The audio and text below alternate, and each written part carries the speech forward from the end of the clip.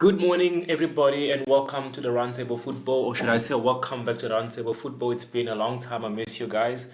I haven't been doing any videos, and that is, I've been having some health issues, and that is the reason why I haven't been able to be doing some videos or catch up on the content. But I'm back now. I'm feeling better. So yeah, I miss you guys. I mean, it is already the festive season, as you can see. I already have my Christmas tree up here in my house, and Santa already got me some gifts. I already got some gifts here for me, and to share with families. Tomorrow is Christmas, so first and foremost, I'd like to wish everybody a Merry Christmas. That is to obviously my Christian subscribers and to anyone else who is celebrating Christmas tomorrow. It's a time of giving. Enjoy the time with your family and friends and have a good time, but stay safe out there. No matter where you are, we still need you to be safe. Yeah. So this episode that I have brought to you guys today, I just decided to call it short out. Let's talk football. Like, guys, what is happening in the world of football? A lot is happening in the world of football, and we are going to try and catch up on everything and what is happening. And I would like to hear everyone's opinion on what is happening and where do we go from here with the football world, especially for um, Premier League? Yeah, especially for Premier League. But of course, if you are not in Premier League, if your team is playing in other leagues and your team is doing well, good, then yeah. So before we go, I'm just gonna what do I feel like saying this morning? Um,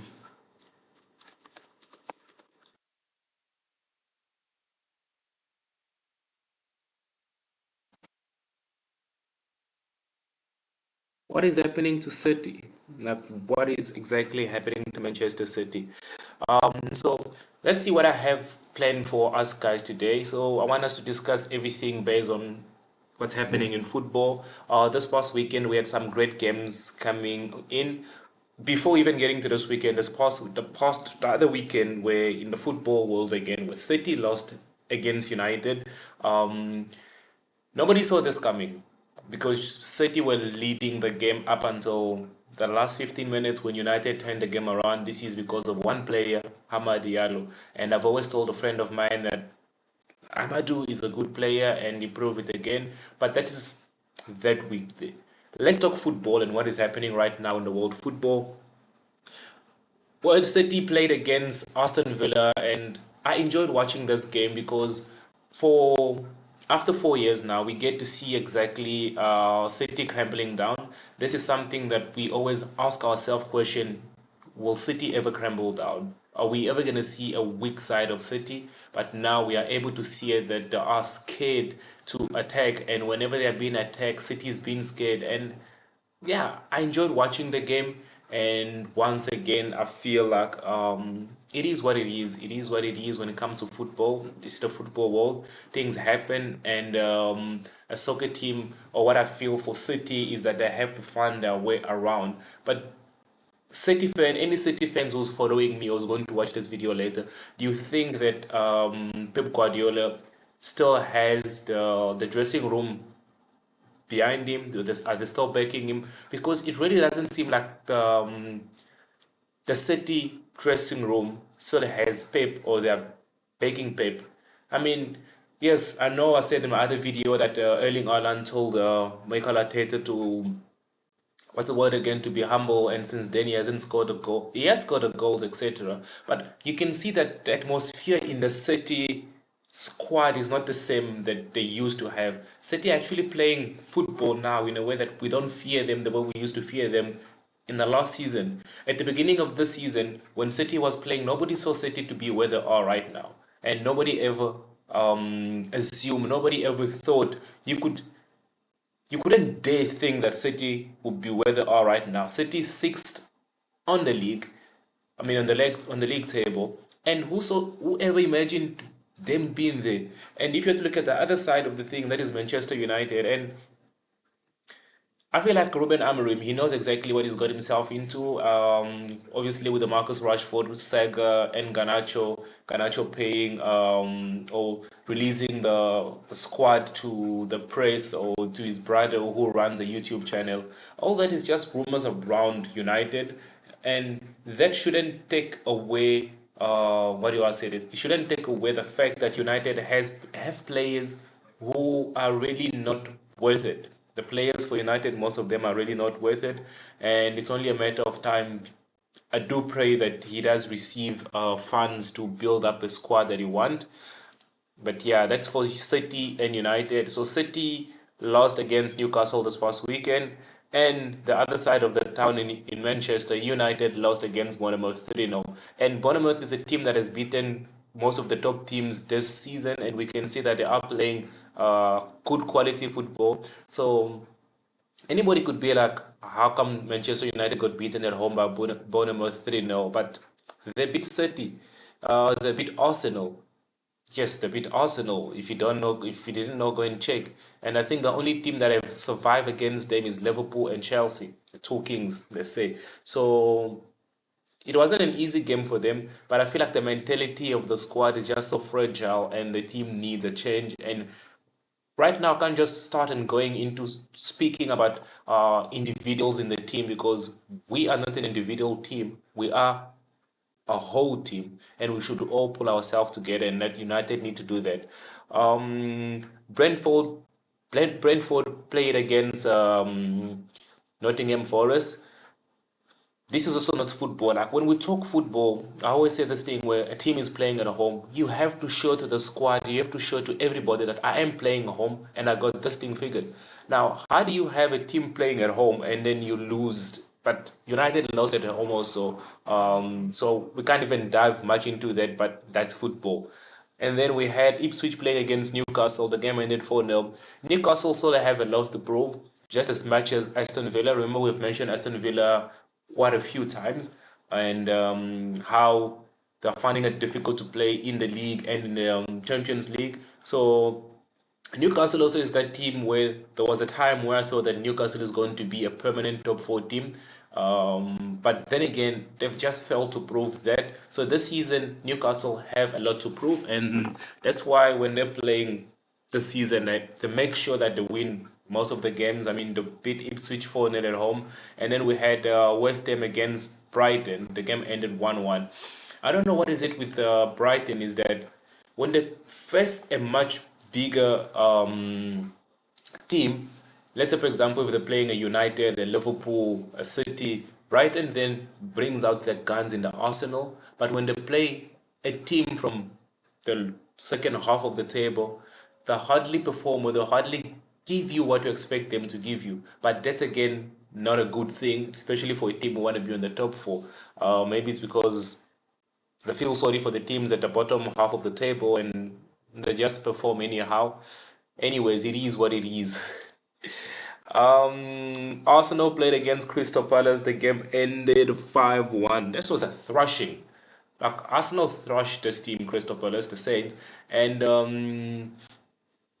there were some goals that were from the set pieces, and goals that were actually, I think, 80% of the goals were scored in open play, and Gabriel Jesus Navas, or Jesus Navas, as some of people or some of them says, should have scored a hat trick. He had a chance to score a hat trick, but didn't take advantage of the opportunities being provided to him, or opportunity that fell in front of him, and he did not score a hat trick. But anyways, that's football. When you don't take advantage of the opportunity given to you, your teammates take it. In this instant, if you don't take opportunity that's given to you and you don't win that game, the other teams comes and win it. But in this instant, he did not take the opportunity of the opportunities given to him. His teammates took the opportunity and scored the goals, and so Arsenal won the game. So in the world of football, for Arsenal, everything is going bananas. Yes. Then on Sunday, it was a whole blue matches. Everton versus Chelsea. Actually expected Chelsea to win this game, seeing in the form they are, but the game ended draw. 0-0, yes. And then Enzo Maresca came out at the end of the match and says that he's actually happy with the result. Yes, guys, they're happy with the draw. I mean, Enzo Maresca can come out and say that he's happy with the result of a 0-0, but if another team's coach had to come out and say that he's happy with the 0-0, then the fans will just blow bizarre. Anyways, Enzo Maresca said that he was happy with the result. Hence, this is because Everton is a good team. and they're good defensively and attacking. In the midfield, they are good. And him taking a point from this game, it is something good for him. He praised the players. In this way, he makes sure that next game guys improve from what happened, not the other fans. Fulham plays against Southampton. The match ended 0-0. Nothing much to say from this game. I actually didn't watch the game. I was out with a friend for a friend's birthday, so I didn't really got to watch this match. Leicester City against Wolves. I mean, Wolves is like running through Wolves, trying to beat teams. I think Wolves is probably going for the top of the table. Not top of the table, but Wolves want to be in the top 10, and they're going to do anything possible to stay there.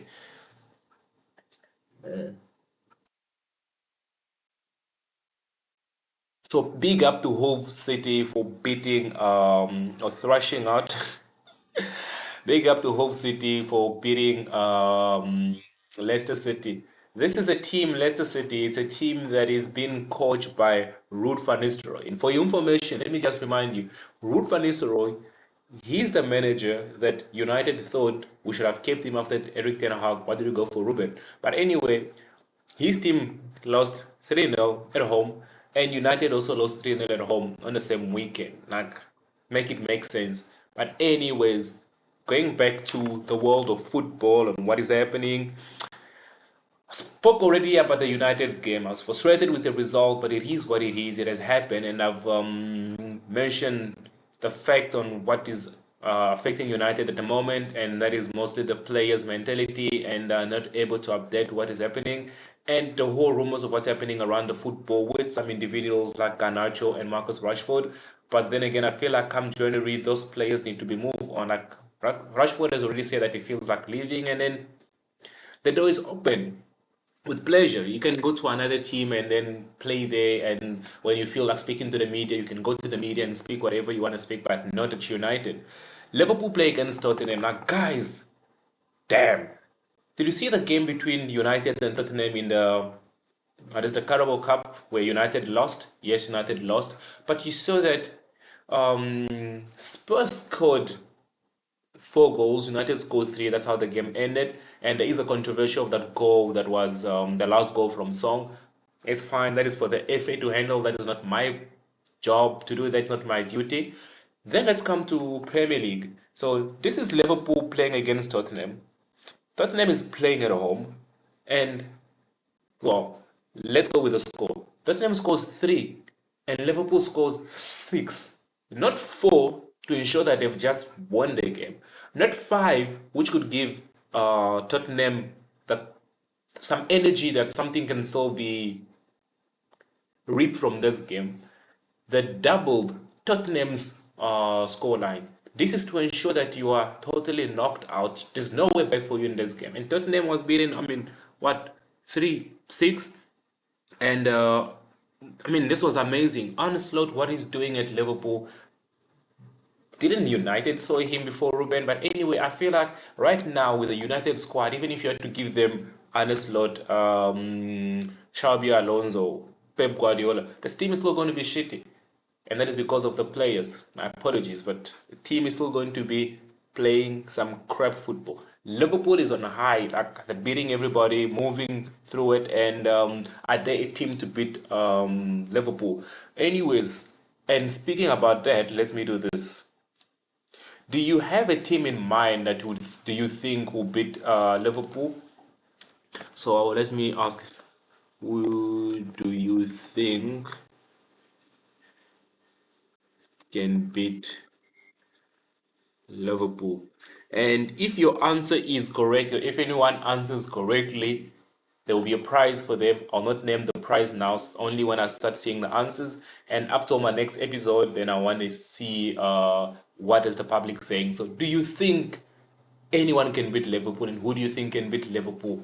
Put it in the comment section below. And while you're watching, guys, don't forget to like, share, and subscribe. You go ahead from there. And some amazing news. We are now on Instagram. Yes, you can find us on Instagram at the Roundtable Football, and hopefully we also get ourselves on TikTok. We also want to get ourselves. We are already actually on X. Just that I've never announced it yet. So we're on X now on Instagram, and we're also coming on Facebook. So go ahead, find us on these pages, guys. Like, share, subscribe. It doesn't cost anything. And this is just to ensure that we are moving forward. Yes, let's talk football. So that's it all for the Premier League. One more thing, the Premier League. Let's actually look at the table in the Premier League. The table of Premier League, top four, we have Liverpool, Chelsea, Arsenal, Nottingham Forest. Nottingham Forest is like in the top four. And you have Manchester City on number 7 with 27 points, which United could have catched them, but we're not speaking United, we are talking football. And then United are still on number 13, and at the bottom three we have Wolves, Ipswich, and Southampton. Wolves, like I said, sorry, my apologies. I said that Wolves is trying to be in the top 10, but I feel like Wolves is trying to, what's the word again I'm looking for? They are trying to escape relegation. Wolves. Everton kind of might have escaped it, but look like Leicester City might be going for relegation. I mean, this is not the old Premier League that you guys born out of the blue with Jamie Vardy. This is something else. It is crazy now. You come here, we beat you, yeah. Ne? Anyways, moving forward. Next up, let's speak a Bundesliga, or let's talk football in the Bundesliga. Currently, the Bundesliga is doing good. Do I think Harry Kane is going to get his first cup? The Harry curse, is it over? I don't know yet. We see. But the next game actually in the Bundesliga is only coming in January. That's going to be Dortmund versus Leverkusen. So they have quite a long time to race compared to Premier League. I mean, I'll go back to the Premier League now and look at the fixtures of the upcoming games. And you see, like, it's crazy. These guys are probably playing Boxing Day and Christmas Day and whatever other day it is. And let's look at the table in the Bundesliga because I don't really want to I don't want to focus so much on this. Bayern Munich is still on top in the Bundesliga with 36 points, and they've played 15 matches. Leverkusen, Frankfurt, and Leipzig or Leipzig. Dortmund is actually number 6, and this is unexpected for Dortmund to be there, seeing that the team that everybody expects, or we all think that they should be in the top four. But that's football, and we're speaking football. So let me know, what do you think is Leverkusen? No, what do you think is Dortmund's issue to be there? You watch Bundesliga, so let us know. And then, guys, coming to La Liga, the Barcelona fans, you guys, come closer. I want you guys to tell me this. Why are you guys suddenly so quiet? When you beat Madrid, they couldn't drink water. When you guys are flying in the league, nobody can drink water. It's Barcelona left, Barcelona right, Barcelona top, Barcelona bottom. And right now, you guys have gone a few number of games without winning, and suddenly it's all quiet. Nobody's speaking about it. Nobody's really mentioning it. Like, it's quiet. Look at Barcelona's last league's game. Let's look at it. Besides the game that you guys lost this past weekend at home, what it is Camp Nou, whatever I don't know that you guys are playing at, Barcelona, you lost. You have admit that you lost 2-1. And then Barcelona plays against Leganes, and Leganes beat them 1-0. Where's Barcelona playing? At home. Camp Nou, whichever Nou you guys were playing at, you lost again. Then Champions League, of course, you won. Then going back in the league, Barcelona played against Real Betis, and you know what happened? I'm sorry, no. This time you guys didn't lose. You drew at least, okay? And your next game, coming up, it's only gonna be on the 4th of January. It's fine. So you guys got that break coming, so it's fine. We give you the break. So Barcelona haven't really been doing good. They've lost. I mean, they've lost the last 2 games and drew the other one out of the last 3 league games. But no one is saying anything because you guys think Hansi Flick was the answer. Did you see the points different between Xabi Alonso last season and Flick this season? And Xavi, when he said that this job wasn't easy, yeah, I laughed at him. Now who's laughing? Anyways, this is football, and if you think that Barcelona, never mind. We move, we move. That's football. Things happen, so we move. So whenever you get to watch this video, guys, please keep the engagement going in the comment section. So La Liga, this past weekend, just looking at all the games, I'll just run through quickly all the games. So Real Madrid, 22nd, yes. Real Madrid beat Sevilla 4-2. Kylian Mbappe scored with Diaz and my apology, I mean with Rudiger and Vasquez. I mean, they enjoyed it. It's good. They are back. I mean, because Sevilla is always a team that would have given Real Madrid a problem, but Real Madrid was playing at home, and after probably seeing that Barcelona is dropping points, they had to ensure that this really is they're not playing around. So Real Madrid won 4-2 against Sevilla. Valencia drew against Alaves. Leganes lost against Villarreal 5-2 at home. Espanyol lost against Las Palmas. And not to mention the other game that I've already mentioned, Barcelona lost. Yes, Barcelona lost. And Atletico took the lead. I mean, I've been watching La Liga for quite also a number of years now, and I've always feel sorry for Diego Simone and his team because this guy works hard. Remember the Champions League final 2013 when they were already winning the game and Real Madrid turned around everything, and after that they met again and Real Madrid did the same thing, and these guys keep working hard. It's the same thing they are doing in the La Liga, but it's just that the opportunity does not fall for them. Right now they have 41 points while Real Madrid had 40 and Barcelona has 36 points. Okay, now remember, Real Madrid and Atletico both have a game in hand, so there's still a slight chance, or there's still a good chance for them to widen that gap between them. And number four, we have Bilbao. Like, imagine what happened to Girona. Girona is all the way down to number 8. Come on, Girona, rise up and go back for the top. That is what's happening there. And then the League One, Ligue de France. Dans cette ligue, on connaît que Paris is always winning. I mean, they beat Monaco 4-2, and then they beat Lyon 3-1. It's like they're thrashing everybody. So they played on 18th of December. This other was on the 15th of December. Like PSG, like we've always said with League One, that is the Farmers League. It is the Farmers League. That's why a lot of people don't really follow League One. It's because you already know what's going to be the end result. It doesn't matter what PSG is going through the whole season, but at the end, you know that they're going to win this league. So the next game for them also is on the 3rd of January, having some good time to relax and the players just to spend time with family. I mean, it is the Christmas season, guys, season of giving, give, and you shall be rewarded. Yes. So there wasn't much action from the League One this past weekend, so can't really go into it because I was only speaking past over what happened this weekend. But going to this other league where players, it's almost like I don't understand. Those guys don't like resting, okay? They don't like resting. They don't like having a good Christmas time. They like playing soccer on these times. So the next game here. So those players are resting tomorrow, okay? They've rested yesterday, they're resting today, Christmas Eve, spending their time with their family, etc.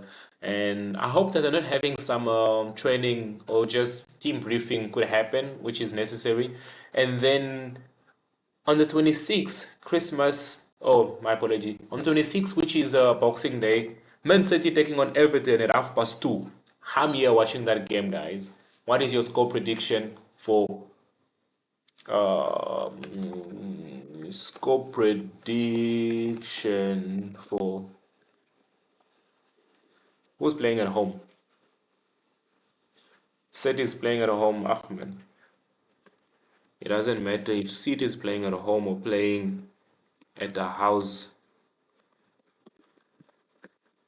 City versus Everton.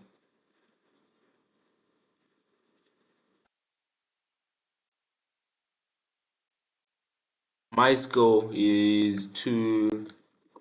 I feel like City. will need to come. They'll have to score this. They'll need to score this. Um, Apologies for that. And then moving forward, we got some other games also that day. Newcastle versus Aston Villa, Chelsea, Fulham, Bournemouth, Crystal Palace. I'm looking forward to Wolves versus Man United. Thank you very much, guys. Thank you for tuning in. This has been the Roundtable Football, and I'm your host Charles. Until we speak again, stay blessed. Don't forget to